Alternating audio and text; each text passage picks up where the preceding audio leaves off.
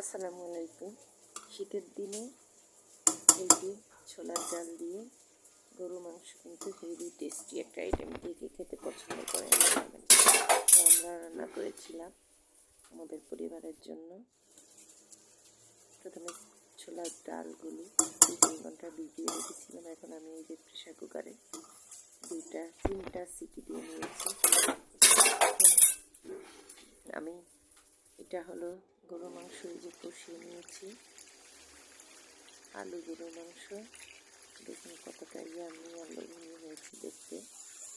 আলুটা অবশ্য আমি ভেজে দিয়েছিলাম, ভেজে দিলে একটু খেতে টেস্টি হয় সেই জন্য। তো এর মধ্যে দিয়েছি এটি প্রথমে দারুচিনি মশলা দেওয়ার সময় দিতে মনে নাই, আবার একটু আপনাদের দেখিয়ে দিচ্ছি। অন্য জায়গায় অন্য পাত্রে ট্রান্সফার করে নিয়েছি। এখন হলো আমি যেই ছোলার ডালগুলো সিদ্ধ করে রেখেছিলাম সেগুলো এই সব কিছু কষানোর মধ্যে দিয়ে একটু ঝোল দিয়ে দিব, তাতেই রান্নাটা হয়ে যাবে। এদিকে বাইরে অনেকদিন পর একটু রোদ বের হয়েছে, সেটাও দেখলাম।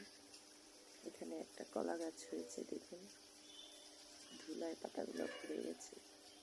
আসলে অনেক গাছ যেখানে নাই, 1-2টা গাছ অনেক কিছু, এটাই হলো ব্যাপার। রান্না করার ফাঁকে ফাঁকে একটু দেখে নিলাম, আবার একটু বারান্দা আসলাম ধনে পাতা নিতে। বারান্দায় আমি কিছু ধনে পাতা লাগিয়েছি, দাঁড়িয়ে দাঁড়িয়ে অনেক সময় রাস্তায় লোকজনের চলাচল দেখি। এখন বসে বসে সেটা দেখলাম,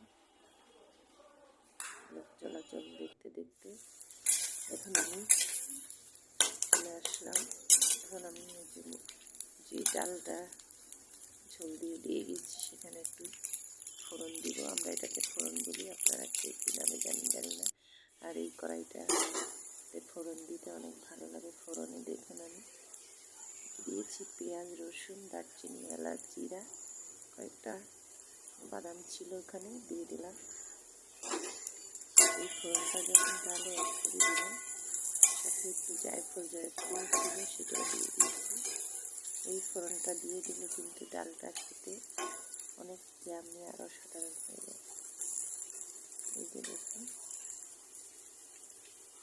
ডালটাকে আমি এখন ফোড়নটা ভাজার জন্য ভাজাভাজি করছি, অপেক্ষা করছি।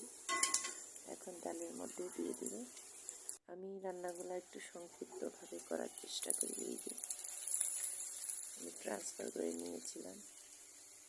যখন আমি কম তেলে কিছু করি তখন আমি আমার এই ছোটো কড়াইটাতে দিই, কেননা এটাতে অল্প তেলেই সব হয়ে যায়। ফাইনালি এই যে আমার রান্নাটা দেখুন হয়ে গেছে। রান্নার লুকটা দেখুন, খুবই মজাদার। আসলে রান্না সবাই করে, এক একজন এক এক স্টাইলে। তো আমি একটু, আমার যেহেতু বাচ্চারা আছে, আমি একটু অনেক সময় বেশি কষানো জিনিস রান্না করি না।